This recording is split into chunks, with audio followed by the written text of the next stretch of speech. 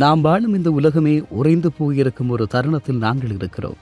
ஈரானின் உயரிய தலைவர் அலி கமேனி கொல்லப்பட்டதைத் தொடர்ந்து மத்திய கிழக்கில் பழிவாங்கும் படலம் புதிய உச்சத்தை எட்டியுள்ளது. கடந்த சில மணி நேரங்களில் நிகழ்ந்த மாற்றங்கள் உலகப் போருக்கான அச்சத்தை அதிகரித்துள்ளன. இஸ்ரேல் மற்றும் அமெரிக்காவின் கூட்டு தாக்குதலுக்கு பதிலடியாக ஈரான் தனது முழு வலிமையையும் காட்டி வருகிறது. ஈரானின் தாக்குதல் முன்னெப்போதும் இல்லாத வகையில் மிக தீவிரமாகவும் ஒருங்கிணைக்கப்பட்டும் காணப்படுகிறது. ஆபரேஷன் ட்ரூ பிராமிஸ் போ என்கின்ற புதிய தாக்குதல். ஈரானின் புரட்சிகர பாதுகாப்பு படையில் இந்த தாக்குதல் தொடங்கப்பட்டுள்ளது. இது இதுவரை நடந்த தாக்குதல்களில் மிகவும் பலமானது.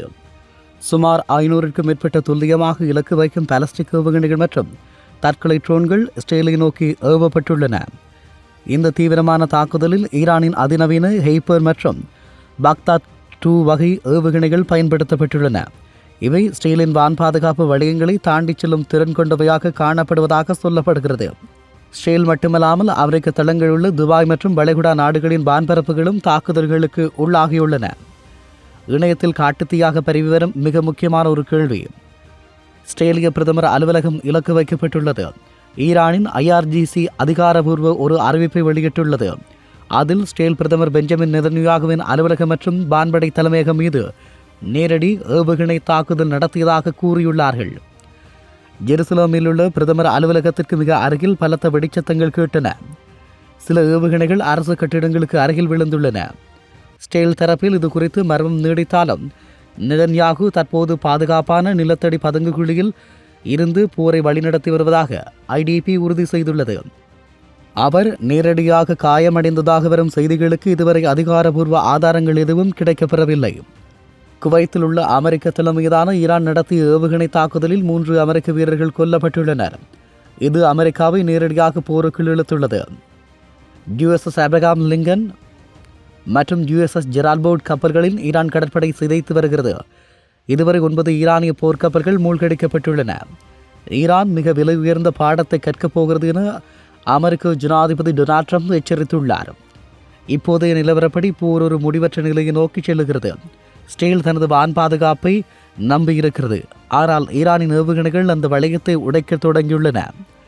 நிலைமை நிமிடத்திற்கு நிமிடம் மாறி வருவதால் அதிகாரப்பூர்வ செய்திகளை தொடர்ந்து கவனிக்கவும். இது வெறும் போர் அல்ல, மத்திய கிழக்கின் வரைபடத்தையே மாற்றும் ஒரு வரலாற்று நிகழ்வாக காணப்படுகிறது என்பதையும் கூறி வைக்க முடியும். இப்படியான ஒரு சூழலில் தற்போது அமெரிக்கா, சீனா மற்றும் ஐரோப்பிய நாடுகளும் இந்த யுத்தத்தில் பங்கேற்பதற்கான சாத்தியக்கூறுகள் முழுமையாக காணப்படுகிறது. அமெரிக்க அதிபர் டொனால்ட் ட்ரம்ப் ஆபரேஷன் எபிக் பியூரி மூலம் ஈரானில் நேரடி தாக்குதலை தொடங்கியுள்ளார். ஈரானின் அணு ஆயுத திட்டத்தை முழுமையாக அழிப்பது மற்றும் ஈரானின் ஆட்சி மாற்றத்தை ஏற்படுத்துவது அமெரிக்காவின் வெளிப்படையான இலக்காக உள்ளது. இஸ்ரேலுடன் இணைந்து ஈரான் மீதான வான்வழி தாக்குதலில் அமெரிக்கா தீவிரமாக ஈடுபட்டுள்ளது.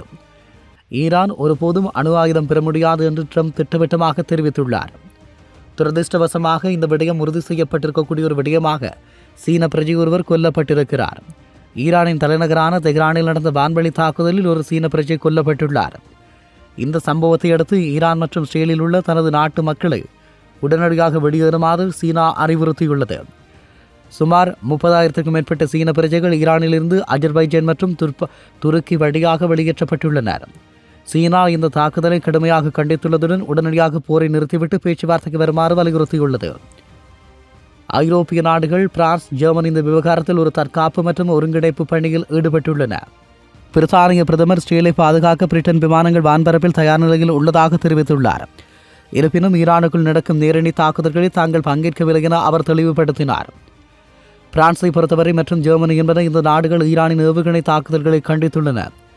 அதே சமயம் அமெரிக்காவின் நேரடி போர் நடவடிக்கைகளில் நேரடியாக பங்கேற்பதை விட பிராந்தியத்தில் உள்ள தற்காப்பு தளங்களை பாதுகாப்பதிலேயே கவனம் செலுத்தி வருகிறது. தற்போதுள்ள சூழலில் உலக யுத்தத்திற்கான அச்சம் ஏற்படுத்தினாலும் அரசியல் வல்லுநர்கள் சில முக்கியமான காரணங்களை முன்வைக்கிறார்கள். ரஷ்யா மற்றும் சீனா ஈரானுக்கு ஆதரவாக அறிக்கைகளை வெளியிட்டாலும் அவை நேரடியாக போரில் குதிக்க தயங்குகிறது. ரஷ்யா உக்ரைன் போரில் கவனம் செலுத்துவதனாலும் சீனா தனது பொருளாதார நலன்களை கருத்தில் கொள்வதாலும் நேரடி இராணுவ முதலை தவிர்க்க பார்க்கிறது. இது தற்போது மத்திய கிழக்கு பிராந்திய போராக உள்ளது. எனினும் ஈரானின் பதிலடி ஐக்கிய அரபு அமீரகம் மற்றும் பஹ்ரைன் போன்ற அண்டை நாடுகளையும் பாதித்துள்ளதால் நிலைமை கைமீறி சென்றதால் அது பெரிய அளவிலான மோதலாக வாய்ப்புள்ளது. இப்படியான ஒரு சூழலில் மூன்றாவது உலக மகா யுத்தம் ஏற்படுமாக இருந்தால் யார் யார் யாருடைய பக்கம் இருப்பார்கள் என்று சில கேள்விகளும் ஊகங்களும் எழுந்துள்ளது. அந்த அடிப்படையில் தற்போது நடந்து வரும் ஆபரேஷன் எபிக் பியூரி மற்றும் ஆபரேஷன் ரோரிங் லயன் ஆகியவை இந்த மோதலின் மையப்புள்ளிகளாக காணப்படுகிறது.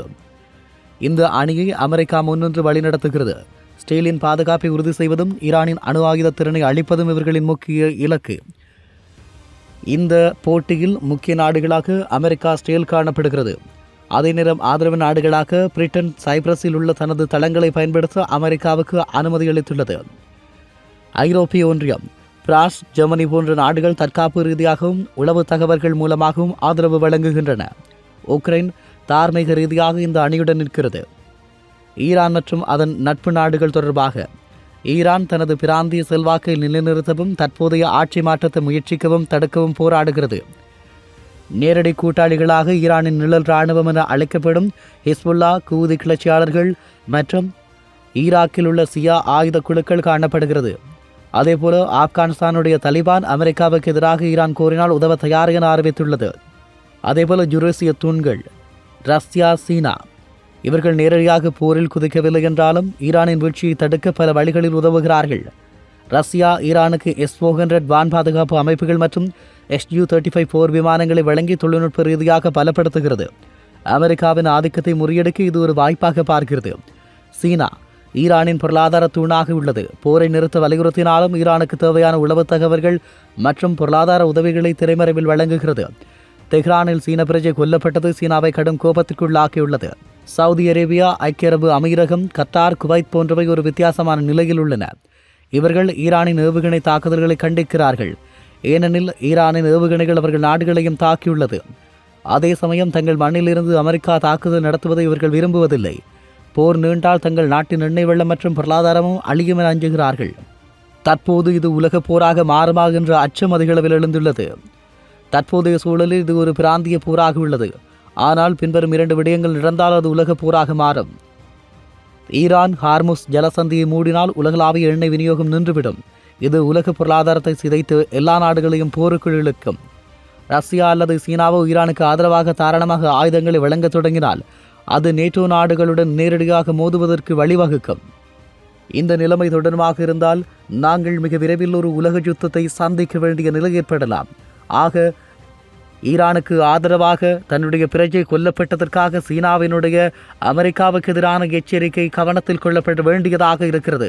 இந்த விவகாரங்கள் தொடர்பில் தொடர்ந்தும் தரவுகளை உங்களோடு பகிர்ந்து கொள்ள நாம் தயாராக இருக்கிறோம். உலகம் ஒரு மிகப்பெரிய யுத்தத்தை எதிர்கொள்ள தயாராகிறது என்பதை மாத்திரம் நினைவில் கொள்ளுங்கள்.